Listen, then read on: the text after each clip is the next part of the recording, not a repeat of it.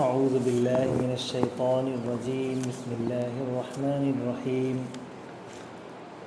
وقالوا لن تمسنا النار الا ایاما معدودة قل اتخذتم عند الله عهدا فلن يخلف الله وعده ام تقولون على الله ما لا تعلمون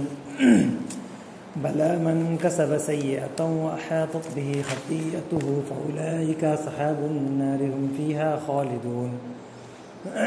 والذين آمنوا وعملوا الصالحات أولئك أصحاب الجنة هم فيها خالدون صدق اللہ العظیم۔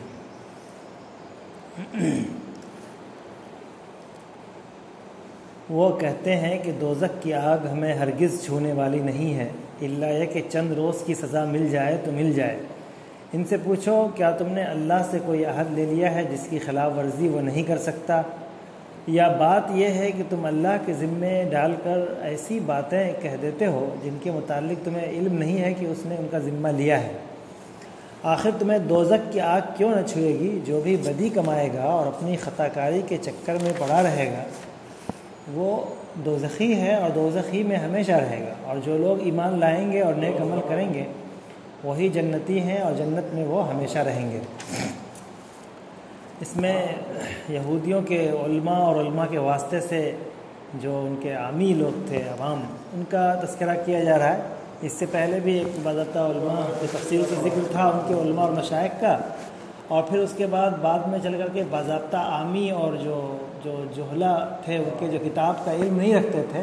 ان کے پیروکار تو تھے لیکن کتاب کا علم نہیں تھا ان کے پاس، تو ان کا تذکرہ کیا گیا، ان کے بارے میں بتایا گیا کہ ان کا عقیدہ کیا ہوتا ہے، خاص طور پہ ان کی سوچ کیا ہوتی ہے، ان کا معیار کیا ہوتا ہے، یہ تذکرہ کیا گیا۔ یہاں پر ان دونوں کے مجموعی طور پہ دونوں کی بات کہی جا رہی ہے، دونوں کی بدگمانیوں یا دونوں کی بدعقیدگی کا تذکرہ کیا جا رہا ہے۔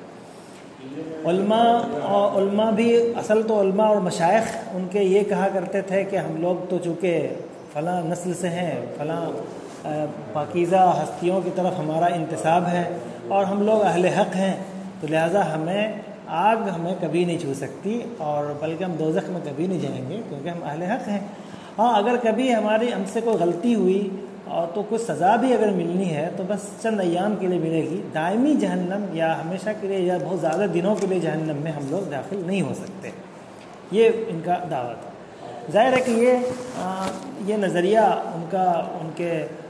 نہ تو کسی کتاب پر مبنی نظریہ ہے، نہ کوئی اللہ تبارک تعالیٰ کے کسی نوشتے اور صحیفے میں ایسا کوئی معاہدہ ہے جس کی بنیاد پر ان کا یہ نظریہ ہے۔ یہ سب کے سب نظریات جو ہیں یہ ان کے اپنے وضع کیے ہوئے ہیں، وضع کردہ نظریہ ہے، اور کوئی بھی بات وہ لکھتے ہیں خود سے اور پھر وہ اللہ کی طرف منسوب کر دیتے ہیں۔ یہ اسی طرز عمل سے ان کا یہ نظریہ نکلا ہوا ہے کہ وہ خود اپنی طرف سے اپنی تمناؤں اور آرزوؤں کی بنیاد پر کوئی بات کر دیتے ہیں اور پھر اس کو وہ اللہ کی طرف منسوب کر دیتے ہیں۔ یہی حال کم و بیش مسلمانوں کا بھی ہے کہ وہ اس گروہ میں، یعنی گروہ مسلم میں آ جانے کی وجہ سے ان کو یہ بار بار یہ لگتا ہے کہ ہم اہل حق ہیں اور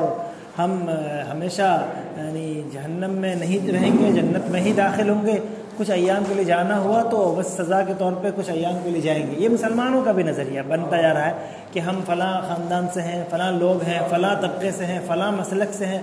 اور ہم اہل حق ہیں، لہذا ہم ہدایت پر ہیں، گمراہی ہمارے اندر ہو ہی نہیں سکتی وغیرہ، اس طرح کے تصورات مسلمانوں نے بھی پیدا کر لیے۔ تو یہاں پر اللہ تبارک و تعالیٰ نے سب سے پہلے تو ان کی تردید کی، اس نظریے کی۔ یہ نظریہ کسی بھی جماعت کا ہو، کسی بھی گروہ کا ہو، کہ صرف محض گروہ ہونا، گروہ سے وابستہ ہونا، کسی خاص جماعت سے تعلق رکھنا، یہ کافی نہیں ہوتا۔ اس کی تردید کرتے ہوئے اللہ تعالیٰ سوالیہ جملے سے اس کی تردید کر رہا ہے کہ کیا تم یہ بتاؤ، اتنی بڑی بات تم کہہ رہے ہو، اتنا بڑا نظریہ تم اپنے اوپر عائد کیے ہوئے ہو، کیا اللہ تبارک تعالیٰ سے کہیں پہ اس طرح کا معاہدہ ہوا ہے؟ کہیں توریت میں یہ بات لکھی ہوئی ہے کہ جتنے یہودی ہیں سب کے سب جنت میں ہی جائیں گے، جہنم میں کوئی نہیں جائیں گے؟ یا کہیں قرآن میں یہ بات لکھی ہوئی ہے کہ جو لوگ مسلمان ہیں اس طبقے سے ہیں وہ لوگ جو ہیں جنت میں جائیں گے، جہنم میں جا ہی نہیں سکتے؟ یا کوئی اس کا معیار کہ اللہ تبارک و تعالیٰ کے یہاں کوئی ایسا معیار مقرر کیا گیا ہے کہ جنت اور جہنم کا معیار کیا ہوتا ہے؟ کیا یہ معیار قرآن میں یا توریت میں موجود نہیں ہے؟ یا نوشت الہی میں کہیں پر یہ معیار موجود نہیں کہ جنت کا معیار کیا ہوتا ہے، جہنم کا معیار کیا ہوتا ہے؟ کیا اتنا اندھے ہو کہ یہ معیار بھی کہیں لکھا ہوا نہیں ملا کسی نوشتے میں؟ اس طرح کا سوال کر کے اس غلط فہمی کی تردید کی گئی، بلکہ اس بد عقیدگی کی تردید کی گئی، اور کہا کہ کیا قل اتخذتم عند اللہ عہدا فلن یخلف اللہ عہدہ، کہ کیا تم نے اللہ تبارک و تعالیٰ سے کوئی ایسا معاہدہ کر رکھا؟ معاہدہ کی یہی شکل ہوتی ہے کہ کہیں کتاب میں کوئی بات درج ہو، توریت کو مان رہے ہیں تو توریت میں یہ بات لکھی ہو کہ ہم کچھ بھی کر لیں، کتنے بھی جرائم کر لیں، ہر حال میں ہم جنت میں ہی جائیں گے، یہ کہیں لکھا ہوا ہو توریت میں، اس کو پیش کرو۔ یا قرآن میں کہیں یہ بات درج ہو مسلمانوں کے حوالے سے، یہ اس طرح کی بات عمومی ہوتی ہے، یہاں پہ کسی کا نام باضابطہ نہیں لیا جاتا ہے کہ قوم کے حوالے سے بات کہی گئی۔ حالانکہ اس سے پہلے جو بات کہی گئی ہے وہاں پر اس بات کی وضاحت ہے، اگر اس آیت کو ہم یہاں پہ لا کر رکھیں، ابھی جو چند ایام پیچھے جو آیت گزری کہ ان الذین آمنوا والذین ہادوا والنصارى والصابئین، 4 قوموں کا تذکرہ کر کے بتایا گیا کہ اس کا معیار کیا ہوتا ہے، جنت اور جہنم کا معیار، کامیابی کا معیار کیا ہوتا ہے، تو ان آیات کو سامنے رکھیں گے تو اس آیت کو ہم عموم میں بھی لا سکتے ہیں، اگرچہ یہ کردار یہودیوں کا ہے، اگرچہ یہ کردار بطور خاص یہودیوں میں بھی ان کے علماء اور مشائخ کا ہے، لیکن اس کو ہم پوری انسانیت کے لیے رکھ سکتے ہیں، چونکہ اللہ تبارک و تعالیٰ کا کلام یہاں پر عمومی اصول بھی بیان کرتا ہے کہ اگر تم نے اللہ تبارک و تعالیٰ سے کہیں پر عہد کیا ہوا ہے تب تو ظاہر ہے کہ اللہ کے عہد کی خلاف ورزی نہیں ہوتی، اللہ کبھی اپنے عہد کی خلاف ورزی نہیں کرتا۔ اگر کہیں بھی اس نے لکھ رکھا ہے کہ جنت کا معیار یہ ہے کہ فلاں قوم سے تعلق ہو، جنت کا معیار یہ ہے کہ فلاں قبیلے سے اس کی نسبت ہو، تب تو اللہ تعالیٰ ایسے عہد کی خلاف ورزی نہیں کرتا ہے۔ لیکن ظاہر ہے کہ یہ اللہ تعالیٰ کا کہیں بھی یہ عہد نہیں ہے، یہ جنت کا معیار نہیں ہے، یہ جنت کا میرٹ نہیں ہے، تم تو یہ اللہ تبارک و تعالیٰ پر صریح جھوٹ بولتے ہو، اور ایسا بھی نہیں کہ اس جھوٹ کے بارے میں تمہیں غلط فہمی ہو رہی کہ اللہ تبارک و تعالیٰ پر صراحتاً جھوٹ ہے، تمہارے اندر نہ توریت میں یہ بات لکھی ہوئی ہے، خود توریت تم جان رہے ہو، نہ تمہارے پاس کسی بھی طرح کے صحیفے اور نوشتے میں یہ بات درج ہے۔ آگے اس کا اصول بتایا جا رہا ہے کہ جہنم میں جانے کا کیا معیار اللہ تعالیٰ نے کیا میرٹ رکھا ہے، اس کے لیے کیا معیار ہے، اور جنت میں جانے کا کیا معیار ہے۔ اس آیت میں سے پہلے بھی، اب اس آیت کے سامنے وہ آیت رکھیے جس میں یہ بات کہی گئی کہ 4 جماعتوں کا تذکرہ کیا گیا، مسلمانوں کا، یہودیوں کا، نصرانیوں کا، صابئیوں کا، یہ تذکرہ کیا گیا، گویا کہ اس میں 4 جماعت میں پوری انسانیت ہے، پوری انسانیت کا تذکرہ کرتے ہوئے کہا گیا، اس کا جو وہاں معیار بیان کیا گیا، یہاں پہ اس کو معیار کو سامنے رکھتے ہوئے دیکھیے، یہاں یہ بات کہی جا رہی ہے کہ جہنم کا معیار یہ ہوتا ہے کہ جو لوگ برائی کرتے ہیں، اور صرف ایک برائی کرنا یہ بھی جہنم کا معیار نہیں ہے، برائی کرتے ہیں اور اس برائی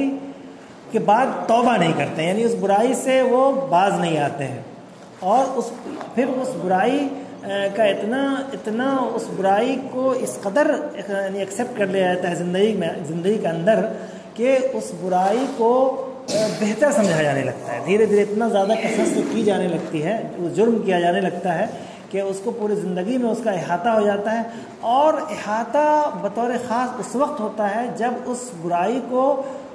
اس کو اپنے شرعی دلیل بھی لا دیا اس کے جواز پر، یا اپنے لیے اس برائی کے جائز ہونے کی دلیل بھی پیش کر دیا کہ یہ برائی ہمارے لیے تو کوئی ایسی بات نہیں ہے، اگر ہم یہ کرتے ہیں تو چونکہ ہم اللہ کے خاص بندے ہیں، یا ہم فلاں قوم سے ہمارا تعلق ہے، ہم فلاں جماعت سے تعلق رکھتے ہیں، اس لیے ہمیں اس برائی کرنے سے ہماری زندگی پر کوئی اثر نہیں پڑے گا، یہ نظریہ قائم ہو جاتا ہے، تو پھر یہ صرف سیاح نہیں رہتا بلکہ اس کا احاطہ ہو جاتا ہے، گویا کہ اب ایسا احاطہ ہو گیا کہ اب اس کی زندگی سے وہ جرم کبھی ختم ہو ہی نہیں سکتا، لہذا ایسے لوگ تو فاولئک اصحاب النار، یہ لوگ تو ہمیشہ جہنم میں رہیں گے، یعنی ان کے اندر تو معافی بھی نہیں ہے، ان کے اندر توبہ کی بھی توفیق نہیں ہوگی، اور کبھی اس کا ایمان، چونکہ وہ ایمان یہ جرم یا یہ گناہ ان کی غلط فہمی پر ہو ہی نہیں رہا ہے، بلکہ یہ تو اس جرم پر اور زیادہ انہوں نے استشہاد کر لیا، اور بلکہ اور مضبوطی کے ساتھ ان کے پاس دلیل اس کے فیور میں آ گئی ہے کہ ہمارے لیے تو یہ جرم ہے ہی نہیں، چونکہ ہم فلاں جماعت سے تعلق رکھتے ہیں۔ گناہوں کے حوالے سے یہ بات ہے کہ اگر ایک گناہ کسی انسان نے کیا یا گناہ کو سرزد ہوتا ہے تو پھر اس کے بعد اس سے توبہ کرتا ہے، اور وہ اگر حقوق العباد کے قبیل سے نہیں ہے، کسی انسان کا اس سے کوئی معاملہ نہیں ہے، تو پھر وہ اللہ تبارک تعالیٰ اس کو معاف کر دیتا ہے، اور اگر وہ کسی انسان کے حوالے سے ہے تو پھر وہ اگر انسان کے حقوق اس سے وہ معافی یا اس کے معاملے کی صفائی کرتا ہے تو پھر وہ گناہ معاف ہو جائے، وہ بھی گناہ معاف ہو جاتا ہے۔ اسی طرح جب گناہ انسان کرتا ہے اور اس پر توبہ نہیں کرتا، یا اگر حقوق العباد قبیل سے ہے تو اس سے معافی تلافی اور اس معاملے کی صفائی نہیں کرتا، تو اللہ کے رسول صلی اللہ علیہ وسلم نے فرمایا کہ ایسے لوگوں کے قلب میں ایک نقطہ ڈال دیا جاتا ہے، ایک سیاہ نقطہ، اور پھر وہ دھیرے دھیرے کرتا رہتا ہے اور یہاں تک کہ وہ نقطہ اس کا احاطہ کر لیتا ہے، پورے دل پر سما جاتا ہے اور اس طرح چھا جاتا ہے کہ نور الہی کا اس سے گزر نہیں ہو سکتا، اور اس پر اس نور الہی کا یا اللہ تعالیٰ کی ہدایت کا کوئی فائدہ نہیں ہوتا۔ لیکن یہاں تک بات بھی یہ ہے کہ یہ سنگین جرم تو ہے، لیکن اس کی بھی معافی ہو سکتی ہے، اور کبھی ایسا اتفاق ہو جائے کہ وہ بندہ مثلا کوئی کفر ہی کرتا رہا، اس سے بڑا جرم کیا ہو سکتا، ایمان کے خلاف چلتا رہا، لیکن پھر وہ اسے توفیق ہو سکتی ہے اور ایمان لے آ سکتا ہے۔ لیکن یہاں جو جرم بتایا جا رہا ہے وہ یہ بتایا جا رہا ہے کہ ان تمام گناہوں کو نہ یہ کہ صرف گناہ سمجھ کے کیا جا رہا ہے، بلکہ اس گناہ کے کرنے کے بعد یہ بھی سمجھایا جاتا ہے کہ یہ تو ہمارا حق ہے، ہم یہ کر سکتے ہیں اور اس وجہ سے کر سکتے ہیں کہ ہمارا فلاں جماعت سے ہمارا تعلق ہے۔ تو اللہ تعالیٰ نے فرمایا کہ یہ معیار جہنم کے جانے کے لیے یہ میرٹ ہے، اور جنت میں جانے کے لیے معیار یہ ہے کہ والذین آمنوا وعملوا الصالحات اولئک اصحاب الجنہ۔ ایمان اور عمل صالح، یہ چاہے وہ مسلمان ہوں، کافر ہوں، یہودی ہوں، عیسائی ہوں، جو بھی ہوں، ان کے لیے معیار جنت یہ ہے کہ وہ ایمان لائیں، یعنی اگر مومن ہیں تو اس ایمان پر جمے رہیں اور نیک اعمال کریں، اور اگر یہودی ہیں تو وہ پھر سے ایمان لائیں اور نیک اعمال پر جمے رہیں۔ تو یہ ان کا معیار جنت ہے۔ اولئک اصحاب الجنۃ هم فیہا خالدون، یہ اس جنت میں ہمیشہ رہیں۔ وآخر دعوانا